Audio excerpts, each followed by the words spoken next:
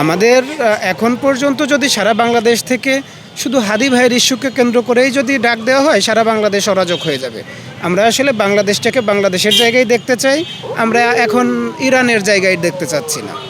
আমরা বাংলাদেশটাকে শতভাগ ভালোবাসি, যার কারণে আপনারা মনে করতেছেন যে আমরা নীরব হয়ে গেছি, আমরা মনে হয় খুব সভ্য হয়ে গেছি। অসভ্য কখনোই ছিলাম না, আমরা বিনয়ী হয়ে গেছি। আসলে এগুলোকে আপনারা যেন পুঁজি করে আমাদের উপর আবার দমন পীড়ন না চালিয়ে দেন। শেষ পর্যন্ত দেখা যাবে হয়তো আমরাও মারা যাব, আমাদের পরবর্তী প্রজন্ম এসে আমাদের জায়গাটা দখল করে চোর, চাঁদাবাজ, বাটপার যারা আছে, যারা রাজনীতির নামে সারা জীবন লক্ষ হাজার কোটি টাকা পাচার করেছে, তাদের বিরুদ্ধে দাঁড়িয়ে যাবে। নির্বাচন বানচালের যে কথাগুলো বিপ্লবীদের বিরুদ্ধে বলা হয়, যে নির্বাচন বানচাল করার ষড়যন্ত্রে এরা মেতেছে, অনেকেই বলে ফেলতেছেন। এনারা আগেই বুঝে ফেলেছেন যে আসলে নির্বাচনে তারা জামানত হারাচ্ছে। আমরা কয়েকজন মিলে যদি চিৎকার চেঁচামেচি করি, এখন বিপ্লবী সরকার গঠন করতে পারবো?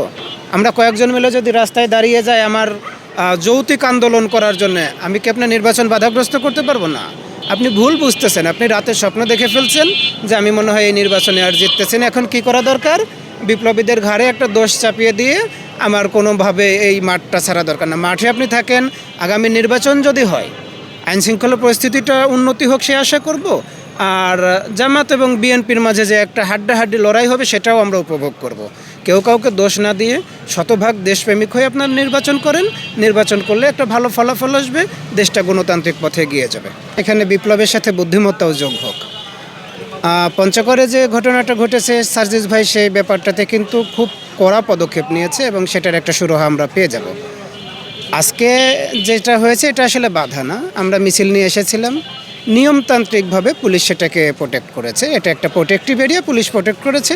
আমাদের যারা প্রতিনিধি ছিল জুলাই ঐক্যের, তারা ভিতরে গিয়ে তাদের আইনি কার্যক্রমগুলো সুষ্ঠুভাবে সমাধান করেছে। আমি এখানে এসেছিলাম মূলত আমার কাছে মনে হচ্ছিল যে জুলাই ঐক্য এই প্রথম একটা কাজ করলো যারা আইনিভাবে এবং রাজপথে সমানভাবে তারা সফলতা পেতে যাচ্ছে। আপনারা দেখেছেন যে তারা কোর্টে এই ব্যাপারটা নিয়ে একটা রিট করেছে এবং সেটার একটা ফলাফল কিন্তু আমরা পেতে যাচ্ছি। আমি সেখান থেকে এসেছিলাম যে আসলে বুদ্ধিমত্তার সাথে যেহেতু বিপ্লব যোগ হয়েছে, আমার এখানে গিয়ে একাত্মতা প্রকাশ করা উচিত। আপনারা জানেন এবং আপনারা যারা সাংবাদিক ভাইয়েরা আছেন, আপনারা দেখতেছেন তো দেশের পরিস্থিতিটা, মনে হচ্ছে পুরো দেশটা একটা বারুদের উপর দাঁড়িয়ে আছে আর বিপ্লবীরা একটা ধারালো তলোয়ারের উপর দাঁড়িয়ে আছে। যে কেউ যে কোনোভাবেই যদি ভুল করে, হয়তো এই দেশের ক্ষতি হয়ে যাবে, নাইলে দেশের সাধারণ মানুষ এবং বিপ্লবীদের ক্ষতি হয়ে যাবে। এই জন্য আমরা সাবধানে পা ফেলতে চাচ্ছি। পুলিশ তো আর আমাদের শত্রু না। পুলিশের ভিতরেও অনেক দেশপ্রেমিক পুলিশ আছে, সেনাবাহিনীর ভিতরে অনেক দেশপ্রেমিক আছে।